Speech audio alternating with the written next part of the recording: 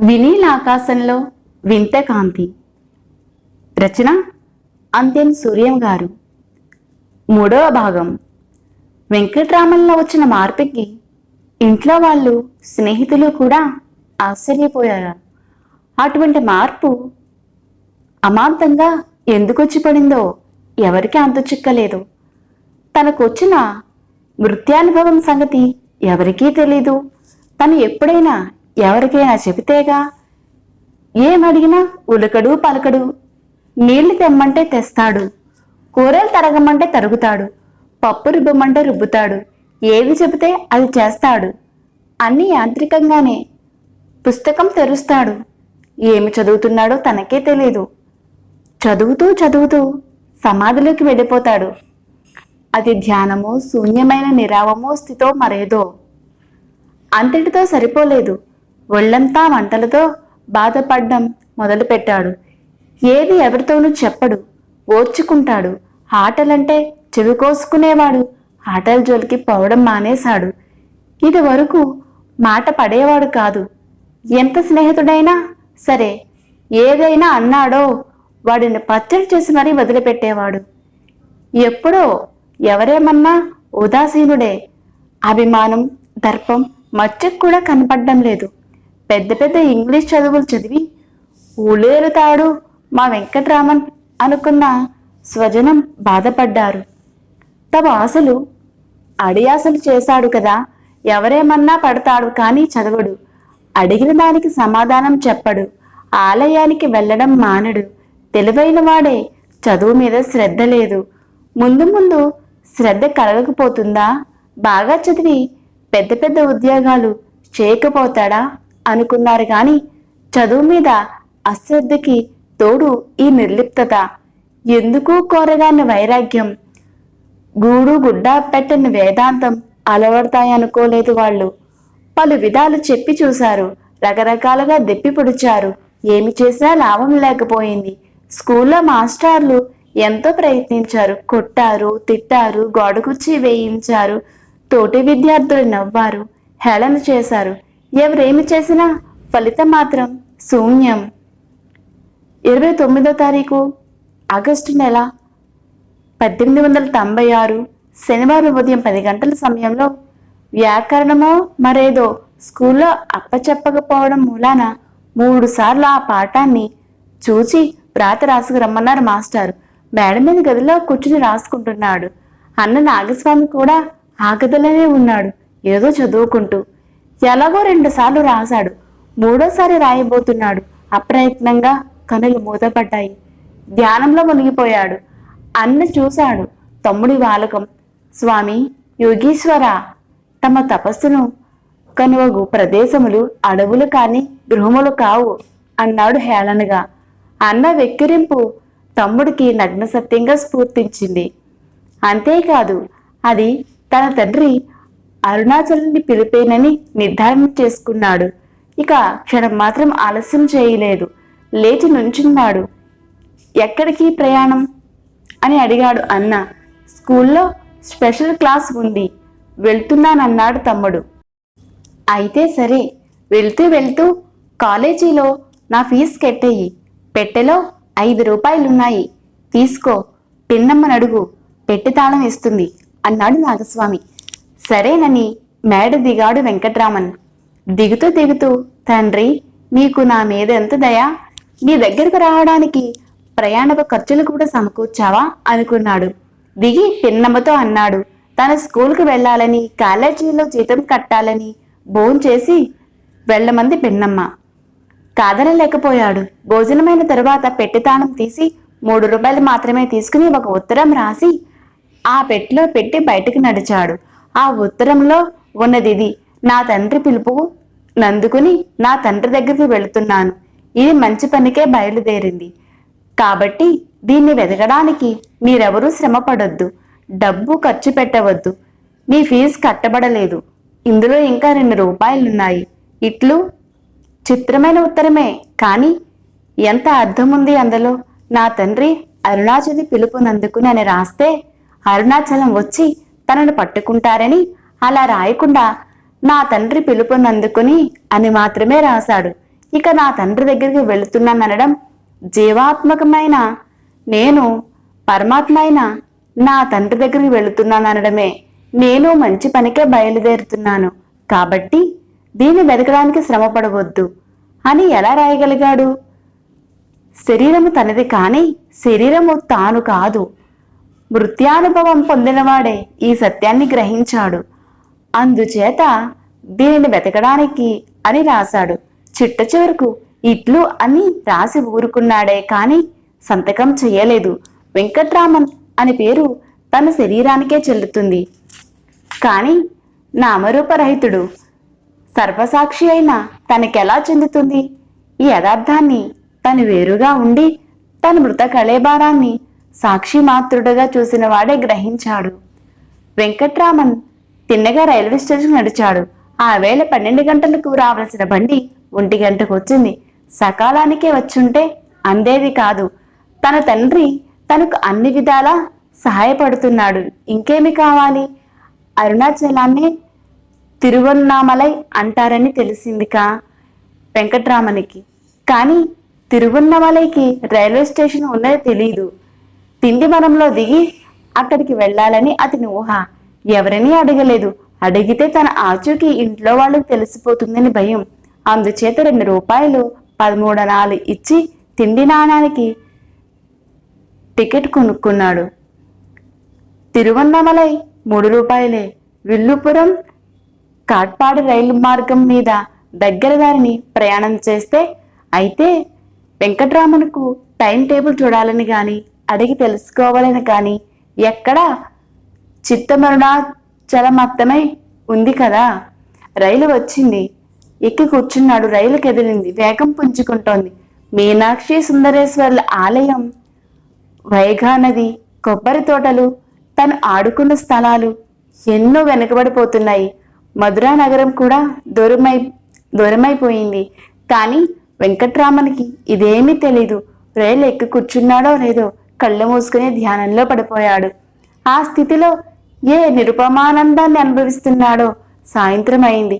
రైలు పొడిగాటి గడ్డ ఉన్న ఒక మౌళి సాధు సంతులను గురించి ఉపన్యసిస్తున్నాడు.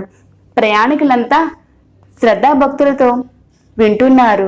వెంకట్రామన్కి మాత్రం అక్కడేం జరుగుతుందో తెలీదు. ఇంకా కళ్ళు మూసుకుని ధ్యాన నిమగ్నుడై ఉన్నాడు. మౌల్వి చూశాడు ఆ బాలుడి నిశ్చలతకి. అతని ముఖారవిందం మీద ప్రస్ఫుటమవుతున్న తేజస్సుకు నిర్వన్నుడయ్యాడు. తట్టి లేపాడు. ఎక్కడికి వెళ్తున్నావు బాబు అని అడిగాడు. తిరువన్నామలై అన్నాడు వెంకట్రామన్. నేను ఆ పక్క స్టేషన్ తిరుక్కోయిలూరుకు వెళ్తున్నానన్నాడు మౌలి. అయితే తిరువన్నామలైకు రైల్వే స్టేషన్ ఉందా అని అడిగాడు వెంకట్రామన్ కాస్త ఆశ్చర్యపోతూ. ఉంది బాబు. నేను వెళ్ళే తిరుక్కోయిలూరుకి నువ్వు వెళ్ళే తిరువన్నామలైకి విల్లుపురంలో దిగి మరో బండి ఎక్కాలి అని చెప్పి, అయితే నువ్వు టికెట్ తీసుకున్నావా తిరువన్నామలైకి అని అడిగాడు. లేదు, తిండివనానికే కొన్నాను అన్నాడు. పోనీలే, విల్లుపురంలో దిగి మరో టికెట్ తిరువన్నామలైకి కొందువు గాని అన్నాడు మౌల్వి. సంభాషణ ముగిసింది. అరుణాచలుడే తన చెయ్యి పట్టుకు తీసుకువెళ్తున్నాడు. తనకెందుకు చింత? మళ్ళీ నెమ్మదిగా కళ్ళు మూసుకుని ధ్యానంలో మునిగిపోయాడు. అంతా అప్రయత్నంగానే. చూసే వాళ్ళకి మాత్రం నిద్రపోతున్నాడు అనిపించవచ్చు. చీకటి పడుతోంది. వెంకట్రామన్ కళ్ళు తెరిచి చూసేసరికి రైలు తిరుచునాపల్లి స్టేషన్లో నిలిచి ఉంది. తిరుక్కైలూరుకు వెళుతున్న మౌల్వి లేడు. తను తిండివనానికి పోకుండా విల్లుపురంలోనే దిగమని చెప్పడానికి తన తండ్రి అరుణాచలుడు పంపిన దూత కాదు కదా. వెంకట్రామన్కి అప్పుడు ఆకలేసింది. మధురలో టికెట్ కొనగా ఇంకా 3 అణాలున్నాయి తన దగ్గర. అందులోంచి అర్ధనా పెట్టి 2 బేదీకాయలు కొన్నాడు. కానీ ఒక కాయలో 4వ వంతైనా తిన్నాడో లేదో. ఆకలి తీరిపోయింది. నిన్నటి వరకు 3 పూటల అన్నం తిన్నాడు. దొరికినంత చిరుతిండి తిన్నాడు. అప్పుడు గాని ఆకలి తీరేది కాదు. ఈవేళ ఇదేమిటి? కాస్త బేరీకాయ ముక్క తినగానే కడుపు నిండిపోయింది. తనకు చిత్రంగా తోచింది. కాసేపటికి మళ్ళీ సమాధిలోకి వెళ్ళిపోయాడు. ఇంకా తెల్లవారకుండానే రైలు విల్లుపురం చేరింది. వెంకట్రామన్ దిగాడక్కడ. బాగా తెల్లవారిందాక స్టేషన్లో ఉండి అప్పుడు ఊళ్ళోకి వెళ్ళాడు. 4 వీధుల్లో మొగల్లో బోర్డులు చూశాడు.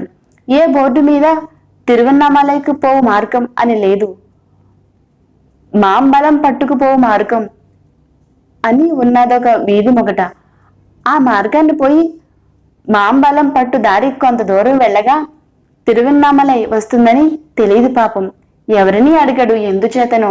ఇంకా భయమేనా తన జాడ తన వాళ్లకు తెలుస్తుందని. బాగా పొద్దెక్కింది. తిరిగి తిరిగి అలసిపోయాడు.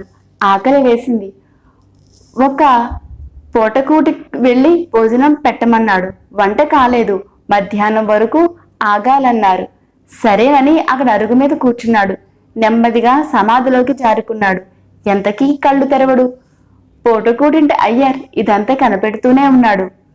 చిదిమిన పాల్గారు చిన్నారి వయసువాడు, బంగారు మేలుచాయివాడు, గొప్ప వర్చస్సుతో విరాజిల్లుతున్నవాడు. ఎంత భక్తి, ఎంత నిష్ఠ! అయ్యర్ గారు ఆశ్చర్యంతో తలమునకలయ్యారు. వంట అయింది. మధ్యాహ్నం అయింది. తట్టి లేపితేనే గాని వెంకట్రామన్కి బాహ్యస్మృతి రాలేదు. శృతి వచ్చిన తరువాత ఆప్యాయంగా భోజనం పెట్టారు. వెంకట్రామన్ డబ్బులు బబోగా పుచ్చుకోలేదు. అయ్యర్ గారు తిరువన్నామలై వెళ్ళడానికి ఏ రైలు ఎక్కాలో ఆయనే చెప్పారు. వెంకట్రామన్ స్టేషన్కి వెళ్ళి తిరువన్నామలైకి టికెట్ కొనబోగా డబ్బులు సరిపోలేదు. మాంబళం పట్టు వరకు కొనవచ్చు తన దగ్గరున్న డబ్బులతో. అక్కడి వరకే కొని రైలెక్కి కూర్చున్నాడు. మాంబళం పట్టు స్టేషన్ వచ్చింది. దిగాడు. అక్కడ నుండి నడక ప్రారంభించాడు తిరువన్నామలై చేరడానికి. విల్లుపురంలో ప్రొద్దుట ఎంతసేపు నడిచాడు. ఇప్పుడు మిట్ట మధ్యాహ్నం మళ్లీ నడక. సుకుమారుడు అయినా అలాగే 10 మైళ్ళు నడిచి చీకటి పడేసరికి ఆర్యన్నల్లూరు చేరుకున్నాడు. ఆర్యన్నల్లూరు ఒక పుణ్యక్షేత్రం. ఆ ఊళ్ళో కొండ మీద అతుల్యానాథేశ్వరుని ఆలయం ఉంది. అలసిపోయి సోలిపోతూ ఆ కొండెక్కాడు. తీరా అంత శ్రమపడి ఎక్కి చూసేసరికి గుడి తలుపులు మూసి ఉన్నాయి. చేసేందుకు ఏమీ లేక అక్కడే కూర్చుండిపోయాడు. కాసేపటికి పూజారి వచ్చి గుడి తలుపులు తెరిచాడు. గర్భగుడిలోకి వెళ్ళి అతుల్యానాథేశ్వరుని పూజ మొదలుపెట్టాడు. వెంకట్రామన్ కూడా అక్కడే దగ్గరలో ఉన్న ఒక మండపంలో కూర్చుని తన హృదయ కుహరంలో ఉన్న ఈశ్వరుడికి పూజ మొదలుపెట్టాడు. హఠాత్తుగా ఒక దివ్య తేజస్సు తన పరిసరాలను సమస్తాన్ని ఆవరించినట్లు తోచింది. కళ్ళు తెరిచి చూశాడు. ఇంకా ఆ తేజస్సు అలాగే ఉంది. అతుల్యానాథేశ్వరుని కిరణ ప్రసారమేమోనని గర్భగుడి వైపు నడవసాగాడు. నడుస్తుండగానే ఆ వెలుగు అంతర్హితమైంది. గర్భగుడి చీకటి గుయ్యారం. ఎక్కడి నుండి వచ్చినట్టు ఆ వెలుగు తన హృదయంలోంచి వచ్చిందా ఏమో. మళ్లీ యథాస్థానానికి వచ్చి కూర్చున్నాడు. వెంటనే ధ్యానంలో మునిగిపోయాడు. పూజారికి అక్కడ పూజ పూర్తయింది. బయటికి వెళుతూ ఆ మసక చీకటిలో వెంకట్రామనే చూశాడు. ఎవరయ్యా అక్కడ అని కేక పెట్టాడు. వెంకట్రామన్ లేచి పూజారి దగ్గరికి వచ్చి కాస్త ప్రసాదం పెట్టమన్నాడు. తనకిక్కడ విందు చేయడానికి రాలేదు మేము అన్నాడా కఠినాత్ముడు వెటకారంగా. పోని ఆ రాత్రికి అక్కడ ఉండటానికైనా అనుమతించమన్నాడు వెంకటరామన్. లాభం లేదన్నాడు కఠినాత్ముడు. ఇదంతా చూసిన దేవాలయ పరిచారకులు ఇక్కడికి 1 మైలు దూరంలో విరాటేశ్వరాలయం ఉంది. అక్కడ ప్రసాదం దొరకవచ్చు, మాతో రా అన్నారు. వాళ్లతో బయలుదేరి వెళ్ళాడక్కడికి. అప్పుడు అక్కడ కూడా పూజ జరుగుతోంది. ఈ లోపుగా వెంకట్రామన్ ధ్యానంలో పడ్డాడు. పూజ అయిన తర్వాత పూజారి వచ్చి లేవగొట్టాడు.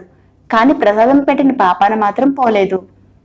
అక్కడ వాద్యగాండ్రతో ఒకడు వెంకట్రామన్ చర్య గమనించిన వాడు జాలిపడి తన భాగం ఆ కుర్రవాడికి పెట్టమని ప్రాధేయపడ్డాడు. అందుకు ఒప్పుకొని అలాగే పెట్టాడు పూజారి. వెంకట్రామన్ ఆ ప్రసాదాన్ని తీసుకుని మంచినీళ్ళు ఎక్కడ దొరుకుతాయి అని అడిగాడు. అప్పుడు ఆ పరిచారకులు వెంకట్రామన్ని బ్రాహ్మణ వీధిలో ఒక శాస్త్రి గారింటికి తీసుకువెళ్లారు. ఆ ఇంటివారు మంచినీళ్ళు తెచ్చిచ్చే లోపుగా వెంకట్రామన్ శోష వచ్చి కళ్ళు తిరిగి పడిపోయాడు. స్మృతి వచ్చి చూసేసరికి ఆకులో ప్రసాదం కొంత చల్లా చెదురై ఉంది. జనం తన చుట్టూ మునిగి ఉన్నారు. ఆకులో మిగిలి ఉన్న ప్రసాదాన్ని ఆరగించి ఆ రాత్రికి ఆ వీధిలోనే ఒక ఇసుక తిన్న మీద పడుకుని నిద్రపోయాడు. ఇల్లు విడిచిపెట్టిన తరువాత అది 2వ రాత్రి. తెల్లవారింది. ఆనాడు గోకులాష్టమి. ఆ బ్రాహ్మణ వీధిలోనే పోతూ ఒక ఇంటి ముందు ఆగి అన్నం పెట్టమన్నాడు. ఆ గృహ యజమాని పేరు ముత్తుకృష్ణ భగవతార్ ఆయన చెల్లెలు నదికి స్నానానికి వెళ్ళిందని ఆమె వచ్చేదాకా ఆగమని చెప్పాడు. అంతలోనే ఆమె రానే వచ్చింది. వెంకట్రామను చూసింది. ముఖం వాడిపోయి ఉంది. అయినా ఈ గోకులాష్టమి నాడు ఈ గోపాల బాలుడే ఈ రూపాన్ని వచ్చినట్టు తోచింది ఆమెకు. వెంటనే వంట మొదలు పెట్టింది. కాని వంట అయ్యే వరకు తాళాగల స్థితిలో లేనట్టు కనపడ్డాడు బాలుడు. చెద్దన్నం ఉన్నట్టు గుర్తొచ్చింది. పర్వదినమైనా బయలుపడిపోతుందని తెలిసినా ఆ చెద్దన్నాన్ని తెచ్చి వెంకట్రామన్కు పెట్టింది. వెంకట్రామన్కు 2 ముద్దలు తినేసరికి కడుపు నిండిపోయినట్టయింది. అయినా సరే పెట్టినదంతా బుజ్జగిస్తూ తినిపించింది ఆ తల్లి. శ్రీ అరుణాచలేశ్వరాయ నమః.